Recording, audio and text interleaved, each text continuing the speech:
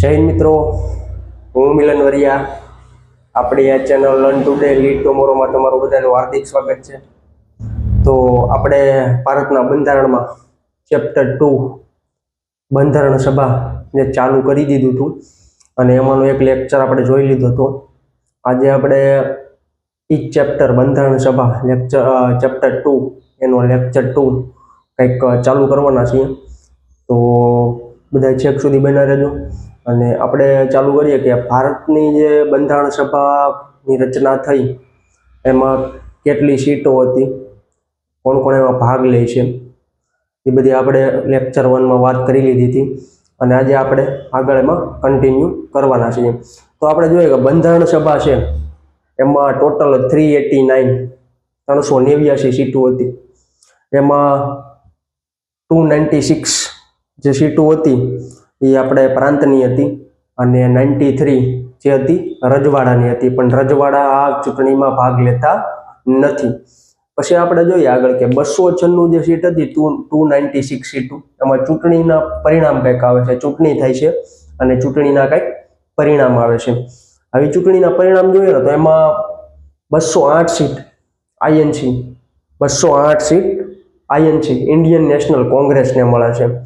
પછી 73 મુસ્લિમ લીગને સીટ મળે છે અને અન્ય પક્ષને 15 સીટો મળે છે. પણ હવે થાય છે આમાં એવું કે આ જે પરિણામ આવે છે એના ઉપરથી આગળ છે એ મુસ્લિમ લીગ વિરોધ કરે છે કે કારણ કે એને ઇન્ડિયન નેશનલ કોંગ્રેસ કરતા ઓછી સીટો મળે છે. હવે જોઈએ ચૂંટણી થઈ હતી ને એમાં આ બંધારણની સભામાં જે બધા ધર્મની મહિલા તેમજ પુરુષ પણ ભાગ લે છે. બધા ધર્મના પુરુષ અને મહિલા પણ ભાગ લે છે. હવે એમાં જોઈએ તો ટોટલ છે 15 લેડીઝ હતા, કેટલા હતા 15 મહિલા આમાં હતા અને એમાં એકમાત્ર ગુજરાતી કોઈ હોય તો કોણ હતું? હંસાબેન મહેતા. તો આ મોસ્ટ આઈમ્પી વસ્તુ છે કે જ્યારે બંધારણ સભાની ચૂંટણી થાય છે એમાં જે લેડીઝ હોય છે એમાંના એકમાત્ર ગુજરાતી કોણ હતા? હંસાબેન મહેતા. પછી આપણે આગળ જોઈએ તો બંધારણ સભામાં અનુસૂચિત જાતિના સભ્યો કેટલા હતા? 30 હતા. કેટલા હતા? અનુસૂચિત જાતિના સભ્યો 30 હતા. પછી આપણે આગળ વાત કરીએ કે મુસ્લિમ લીગને ઇન્ડિયન નેશનલ કોંગ્રેસ કરતા ઓછી સીટ મળતા તેમણે અલગ દેશની માંગણી કરી. હવે આ જે ચૂંટણી થાય છે એમાં આપણે આ સીટો જોઈ કે ભાઈ 208 આઈએનસીને મળે છે ઇન્ડિયન નેશનલ કોંગ્રેસને, 73 મુસ્લિમ લીગને મળે છે અને 15 અન્યને મળે છે. એટલે ઇન્ડિયન નેશનલ કોંગ્રેસ કરતા મુસ્લિમ લીગને ઓછી સીટો મળે છે ચૂંટણીમાં. એટલે સીટો ઓછી મળતા એ મુસ્લિમ લીગ શું કહે છે કે અમને અલગ દેશ અમારે બનાવવો છે. હવે અલગ દેશની માંગણી આવે છે એટલે ભારત અને પાકિસ્તાન એમ બે દેશ બનાવવા માટે 3 જૂન 1947ના રોજ એક માઉન્ટ બેટન યોજના આવે છે, જે આપણે અગાઉ ઐતિહાસિક વાળા ચેપ્ટરમાં જોઈ લીધું છે. એ માઉન્ટ બેટન યોજના આવે છે, 3 જૂન યોજના પણ એને કહેવાય છે, એ આવે છે. હવે આ યોજના પછી દેશી રજવાડાઓને ગમે ત્યાં જોડાવાની છૂટ મળે છે. હવે 3 જૂન યોજના આવી પછી જે રજવાડા ભાગ લેતા નહોતા એને સ્વતંત્ર રીતે જેને પણ જે રજવાડાને જ્યાં જોડાવવું હોય એવી છૂટ આપવામાં આવે છે. પછી આપણે આગળ જોઈએ તો વિભાજન પછી બંધારણ સભાનું આપણું માળખું કેવું હતું? ભારત અને પાકિસ્તાન એમ બે દેશ પડે છે. એમ બે દેશ બને એટલે એમાં વિભાજન પછી આપણે જોઈએ ને બંધારણનું સભાનું જે માળખું હતું એ કઈ રીતે હતું? ટોટલ 299 સીટો હતી. એમાં પ્રાંતમાં 229 અને 70 છે દેશી રજવાડાની. આ સીટો કઈ છે? આપણે ભારત અને પાકિસ્તાન એમ જે બે વિભાજન થાય ત્યાર પછીની આ સીટો છે. પછી આપણે આગળ જોઈએ તો આઝાદી પછી બંધારણ સભા, બરોબર? આઝાદી પછી બંધારણ સભા, તો એમાં બંધારણ સભાના કાયમી અધ્યક્ષ, બંધારણ સભાના જે અધ્યક્ષ હતા ત્યારે આઝાદી પછી કોણ હતા? રાજેન્દ્ર પ્રસાદ હતા. કોણ હતા? રાજેન્દ્ર પ્રસાદ હતા. પછી હવે આઝાદી પછી કાયદો બનાવે ત્યારે અધ્યક્ષ કોણ હતા? ગણેશ વાસુદેવ માવલંકર. કોણ હતું? ગણેશ વાસુદેવ માવલંકર. એટલે અહીંથી એક ક્વેશ્ચન બની શકે એવો છે કે ભાઈ આઝાદી પછી આપણે જે બંધારણ સભા બનાવી, બરોબર, એ બંધારણ સભામાં અધ્યક્ષ કોણ હતા? બંધારણ સભાના અધ્યક્ષ કોણ હતા? રાજેન્દ્ર પ્રસાદ. તો કાયદો બનાવે ત્યારે કોણ હતું? ત્યારે અધ્યક્ષમાં કોણ હતું? ગણેશ વાસુદેવ માવલંકર. પછી આપણે જોઈએ બંધારણ સભા ક્યારે ક્યારે એનું આયોજન કરવામાં આવ્યું હતું. બંધારણ સભા ક્યારે ક્યારે થઈ હતી એની વાત કરીએ તો પહેલી વાર સભા છે ને એ ક્યારે ભરાણી હતી? 9 ડિસેમ્બર 1946. પ્રથમ બંધારણ સભા છે એ ક્યારે થઈ હતી? 9 ડિસેમ્બર 1946. તો આજે આપણે બંધારણ સભાની જે ડેટ છે એ યાદ રાખવા જેવી છે. તેમાંથી ઘણી વાર ક્વેશ્ચન પૂછી લેતા હોય કે પ્રથમ બંધારણ સભાની બેઠક ક્યારે થઈ હતી? તો 9 ડિસેમ્બર 1946. મુસ્લિમ અને રજવાડા ભાગ લેતા નથી. આ પહેલી જે બંધારણ સભા થઈ એમાં મુસ્લિમ અને રજવાડાઓ ભાગ લેતા નથી.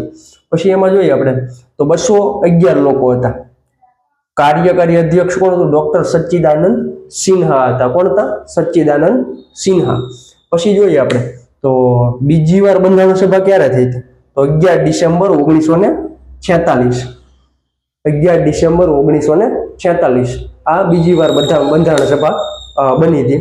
ત્યારે કાયમી અધ્યક્ષ કોણ હતા? ડોક્ટર રાજેન્દ્ર પ્રસાદ હતા. ઉપાધ્યક્ષ કોણ કોણ હતા? તો HC મુખર્જી, VT કૃષ્ણમાચારી. બંધારણ સલાહકાર કોણ હતા? આ પૂછાય એવી વસ્તુ છે. કોણ હતા? BN રાવ હતા. પછી આપણે જોઈએ ત્રીજી વાર બંધારણ સભા. હવે ત્રીજી વાર બંધારણ સભા થઈ ક્યારે થઈ? 13 ડિસેમ્બર 1946. જો આ ત્રણ બંધારણ સભા જે થઈ છે આપણે એની ડેટ છે એ IMP વસ્તુ છે કે તમને એ ડેટમાંથી ક્વેશ્ચન પૂછી લે કે પહેલી બંધારણ સભા ક્યારે થઈ હતી, બીજી ક્યારે થઈ હતી, અથવા તો ત્રીજી ક્યારે થઈ હતી. તો આપણે વાત કરીએ ત્રીજીની, તો ત્રીજી ક્યારે થઈ હતી? 13 ડિસેમ્બર 1946. પછી આપણે જોઈએ ત્રીજી બંધારણ સભા થઈ એમાં જવાહરલાલ નહેરુ ઉદ્દેશ્ય પ્રસ્તાવ રજૂ કરે. આવા ઉદ્દેશ પ્રસ્તાવ જે જવાહરલાલ નહેરુ દ્વારા રજૂ કરવામાં આવે છે એ બનાવે છે કોણ? એ ઉદ્દેશ પ્રસ્તાવ બનાવે છે કોણ? BN રાવ બનાવે છે. કોણ બનાવે છે? આ મોસ્ટ IMP વસ્તુ છે. બનાવે છે BN રાવ, રજૂ કરે છે જવાહરલાલ નહેરુ. પછી આપણે એમાં આગળ વાત કરીએ 22 જાન્યુઆરી 1947 તેને આમુખ તરીકે ઓળખવામાં આવે છે. આવ્યો જે શબ્દની ક્યારના બધા રાહ જોતા હતા એ શબ્દ હવે કંઈક દેખાય છે. પહેલા ચેપ્ટરમાં ઇતિહાસ જોયો તો બીજામાં બંધારણ સભા જોઈ, ત્યાં આજે બીજો લેક્ચર છે એમાં પહેલી વાર આમુખ શબ્દ દેખાય છે આપણને. બરોબર. 22 જાન્યુઆરી 1947 જે ઉદ્દેશ્ય પ્રસ્તાવ હતો એને કયા નામે ઓળખવામાં આવ્યો હતો? આમુખ. અથવા તો આમુખને શરૂઆતમાં કયા નામે ઓળખાતો હતો? એવી વસ્તુ પૂછાય, એ રીતે ક્વેશ્ચન પૂછાય તો શું હતું? ઉદ્દેશ્ય પ્રસ્તાવ. ઉદ્દેશ્ય પ્રસ્તાવ બનાવે છે કોણ? BN રાવ. રજૂ કોણ કરે છે? જવાહરલાલ નહેરુ. ક્યારે કરે છે? ત્રીજી બંધારણ સભામાં. ત્રીજી બંધારણ સભા ક્યારે થાય છે? 13 ડિસેમ્બર 1946. અને જુઓ મિત્રો, તમે આ ચેનલ ઉપર નવા હો તો આ ચેનલને સબસ્ક્રાઇબ કરી દો, બેલ આઇકન દબાવી દો, લાઈક કરી દો અને મિત્રો સાથે શેર કરી દો, જેથી કરીને અહીંયા કોઈ પણ અપડેટ આવે એની માહિતી તમારા સુધી પહોંચી રહે. આપણો એમ ખાલી એક જ છે, આપણો ખાલી હેતુ ખાલી એક જ છે લેક્ચર બનાવવાનો, કે જે લોકોને મહેનત કરવી છે, સ્ટ્રગલ કરવું છે, જેને સારું પ્લેટફોર્મ મળતું નથી, એના માટે ફ્રી ઓફ કોસ્ટ કોઈ પણ ફીસ વગર અહીંયા આપણે 1 by 1 બધું જોવાના છીએ.